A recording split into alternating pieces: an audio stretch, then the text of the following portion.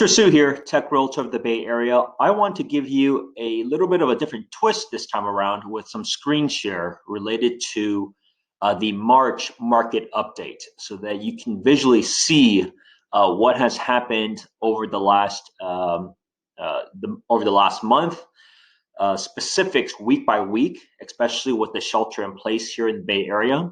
And then I'll give you my thoughts, what will be likely to happen as we move forward in April, as we do have a shelter in place up until early May at this point.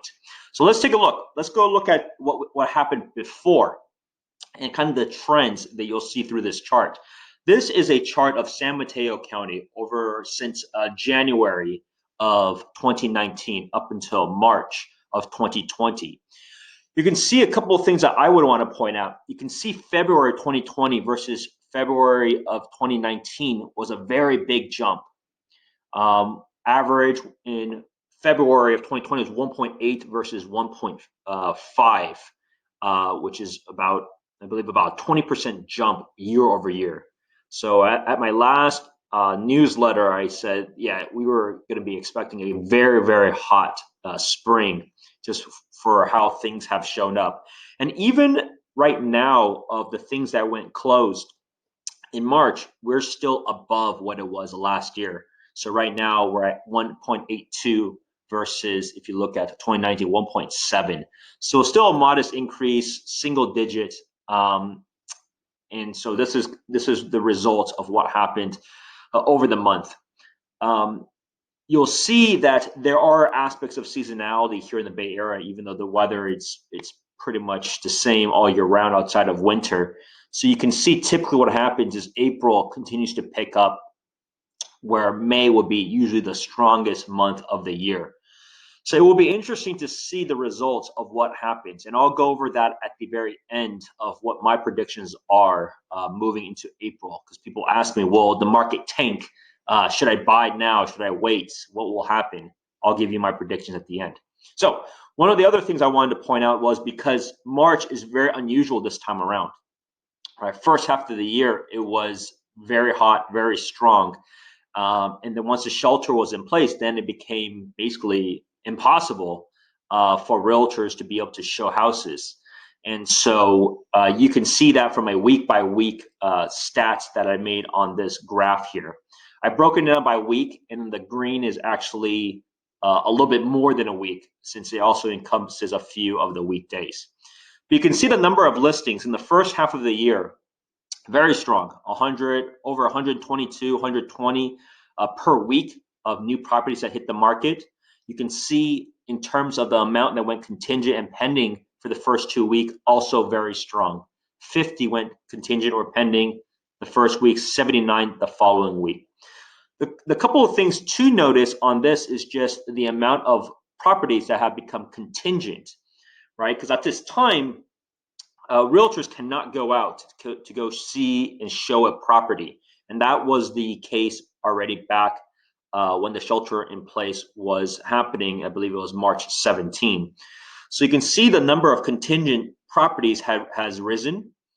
So it started to rise in this case, and then you can see really the most recent week, 33 went contingent, versus the previous ones, most would go non-contingent.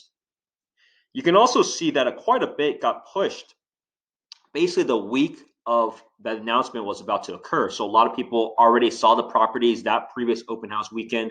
They were already satisfied, and so they were able to move forward and make an offer without either without a contingency, in this case without contingency, but also some that had a contingency. But the final week is what I suspect will be likely to move forward. Is we'll still see transactions continue to move, but for the most part, most will have contingencies in place. And it could be various contingencies. One contingency could be an inspection contingency.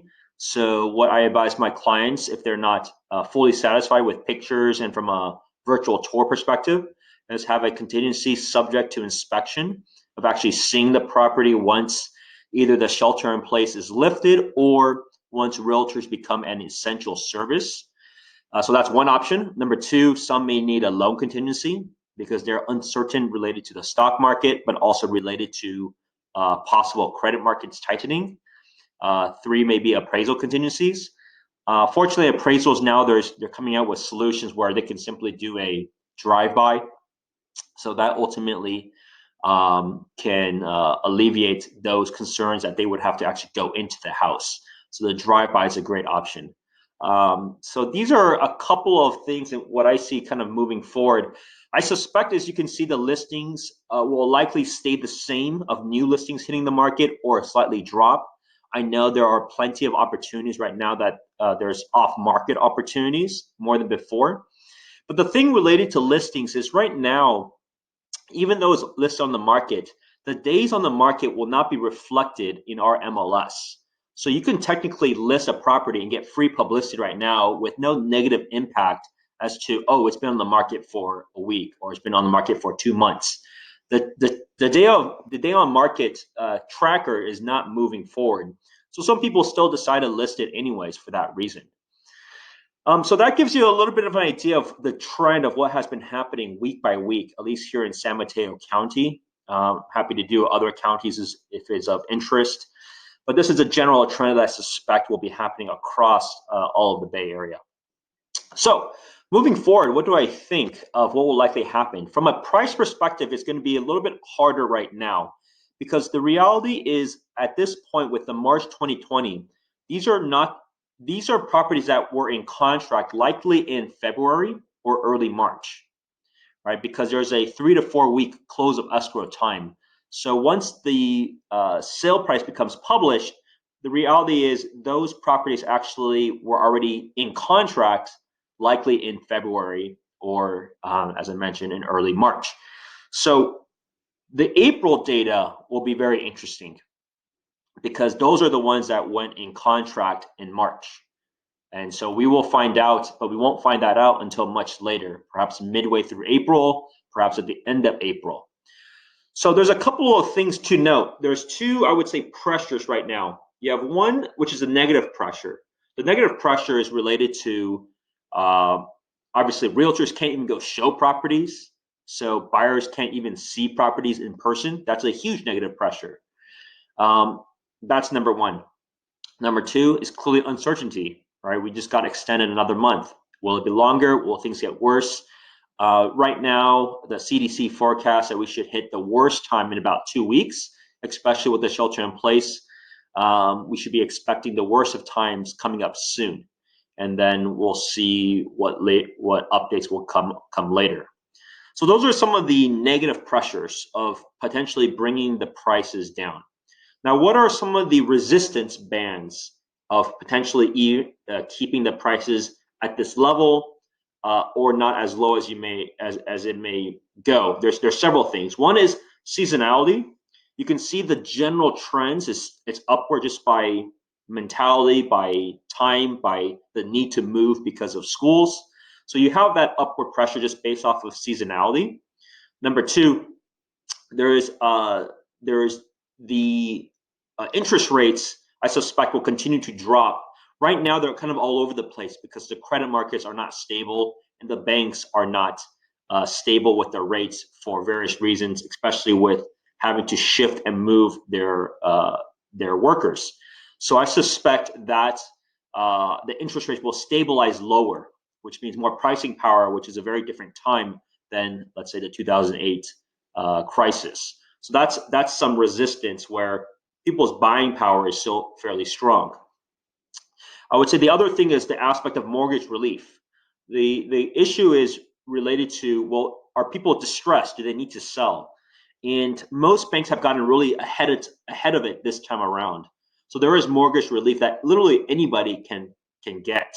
Like even you can get it, myself can get it. We don't even have to explain why. So it's been very lenient from that perspective, where you can get at least a 3-month hold on payment, and it's not all going to be due at the end of 3 months. It's basically everything is just pushed back. So there's not much distress from that perspective, at least from a mortgage payment perspective. So that creates a resistance too.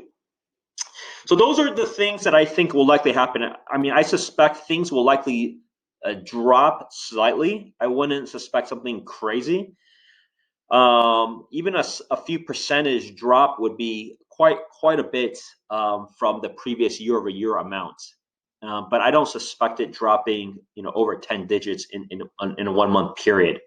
Like I said, mainly because of the things that I just brought up. And actually, one other thing that I didn't bring up is the amount of equity in people's homes.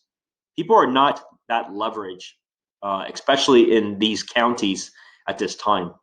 There's a recent stat that I saw. It was about 50% that was equity.